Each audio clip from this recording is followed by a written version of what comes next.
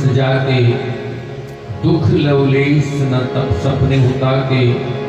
ऐसे हनुमंत लाल जी जिनके पास भक्ति बड़ी है, जो ज्ञानियों में अग्रगण्य हैं, कर्म योगियों में श्रेष्ठ हैं, शरणागति के मार्ग पर चलने वाले महापुरुषों में जो प्रथम हैं, ऐसे हनुमंत लाल जी की हम स्वयं का गायन करते हैं अपनी जीवन को धन्य बनाने के लिए।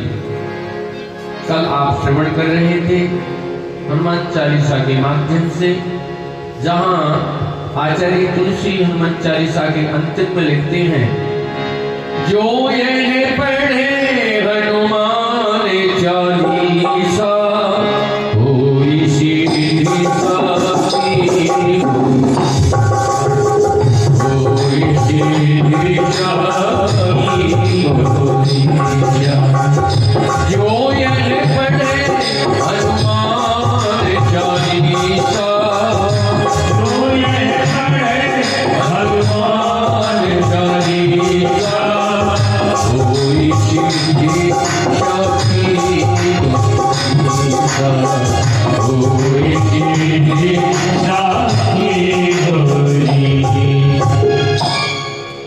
रामदूत अतुलित बलधामा, अंजनी पुत्र पवन सुत नामा।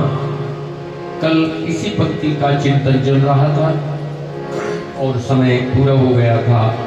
आए उसी क्रम को आगे बढ़ाते हुए हम आज इन पंक्तियों का आनंद प्राप्त करेंगे।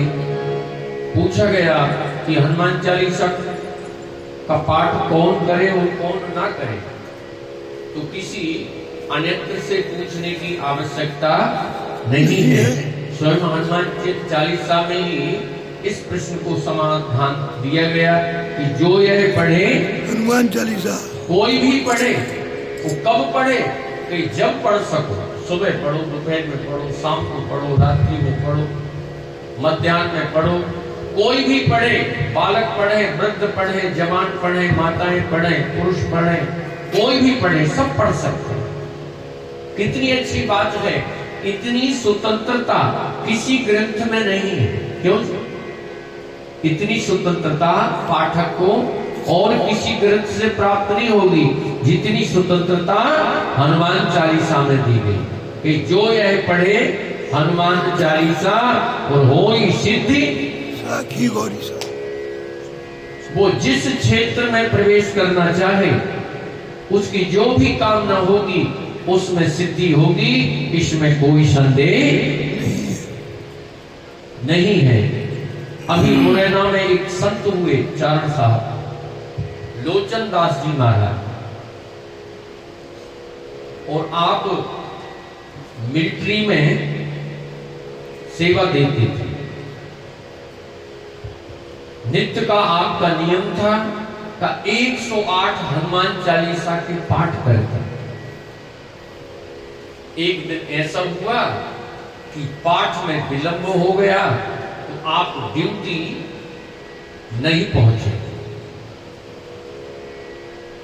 जब नहीं पहुंचे तो दूसरे दिन आपने अपने साहब से कहा, क्षमा करें साहब, कल मैं नहीं आ सका ड्यूटी पर, पाठ कर रहा था, समय बहुत हो गया था कि लेट पहुंचूंगा, ठीक नहीं।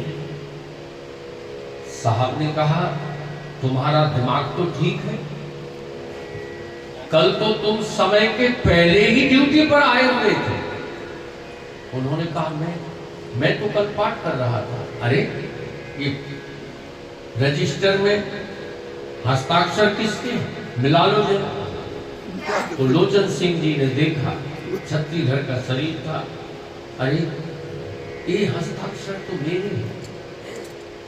जैसे ही हस्ताक्षर देखने लगे और आंख बंद की, आंखों से आंसुओं की धार झरझर, और हस्ताक्षर की जगह वहां हनुमान जी का दर्शन हुआ। मेरे हनुमान जी को आना पड़ा मेरी ड्यूटी के लिए, इस ड्यूटी के लिए। अब मैं उनकी ही ड्यूटी बजाऊंगा। उस साहब को प्रणाम किया और कहा, साहब अब मेरा इस्तीफा दो, अब मैं ये सेवा नहीं करूंगा अब तो जब तक जीऊंगा हनुमान जी के चरणों में ही सेवा करूं। साहब ने कहा चिंता मत करो, मैं जब तक हूं आपको तनख्वाह मिलती रहेगी, आप सेवा में बने रहिए, आपको यहां भी आने की आवश्यकता नहीं है। लोचन दास जी ने कहा नहीं साहब, अब नहीं, अब तो एक ही ड्यूटी होगी, अब तो राम जी की ही ड्यूटी करूंगा। और कहते हैं उनके हाथ में 24 घंटा वो हनुमान जी का ध्वजा रखते, 24 घंटे ध्वजा रहती थी। वो गांव में घूम घूम करके जहां जाते वहीं 108 हनुमान चालीसा का पाठ करते, हरिनाम संकीर्तन करते। उन्होंने उस समय हजारों उन लोगों को भगवान से जोड़ा जो बिल्कुल भगवान से विमुख थे। तो आज भी जो हनुमान जी के आश्रित जन हैं, वो आज भी भगवान की कृपा इस माध्यम से खूब प्राप्त कर रहे हैं, वो भक्ति का खूब आनंद लूट रहे हैं। आज भी उनकी महिमा उस क्षेत्र में, मुरैना क्षेत्र में गाई जाती है, लोचन दास बाबा की। उन गांवों में, उन जंगल क्षेत्रों में जाते थे बीहड़ में, जहां डाकू लोग डकैती करते, मगर बाबा को देख करके सब खड़े हो जाते।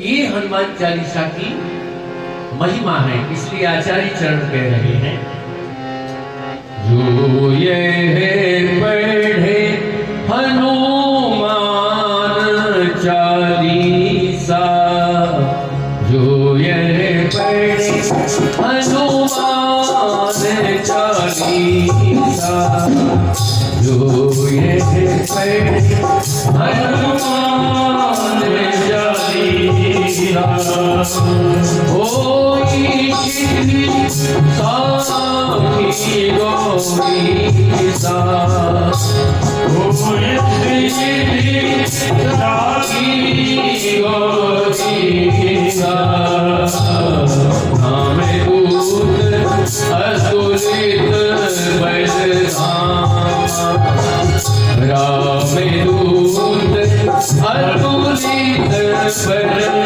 बलधाम। कहते हैं जब अर्जुन के प्रति उनका मैत्री भाव हो गया, सख्य भाव हो गया, छोटे बंधु का भाव हो गया, तो अर्जुन ने कहा हनुमान जी आप हमारे महाभारत के युद्ध में पधारिए और आप मेरी ध्वजा पर विराजमान रहेंगे। हनुमान जी ने कहा बिल्कुल, आप युद्ध मत करना, आप तो सिर्फ ध्वजा पर विराजमान रहे।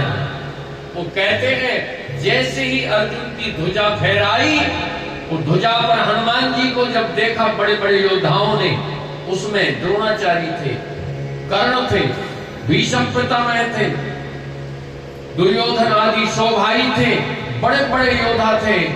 सबने देखा कि हम कितने भाग्यशाली हैं, जिन हनुमान जी का हमने नाम सुना था कि लंका में उन्होंने भयानक युद्ध किया, आज उनका दर्शन हम अर्जुन के ध्वजा पर करें।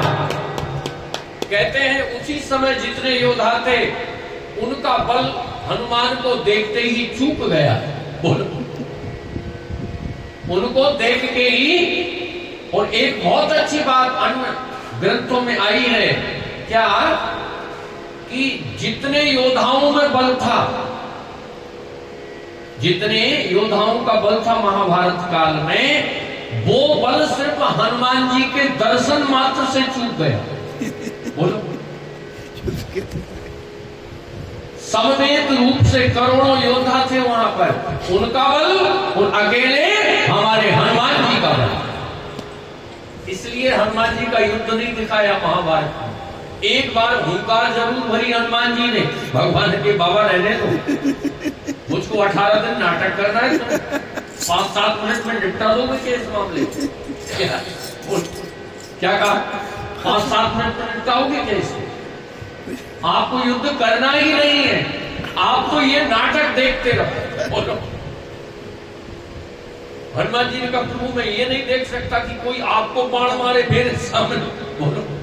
भगवान ने कहा भाई ये सब लीला मैं कर रहा हूं, तुमको तो बस तुम तो दर्शनी बन करके देखो, तुम्हारा ध्वजा पर बैठना ही यथेष्ट है। अर्जुन तो युद्ध जीत गया, हनुमान जी जैसे ही ध्वजा पर आए।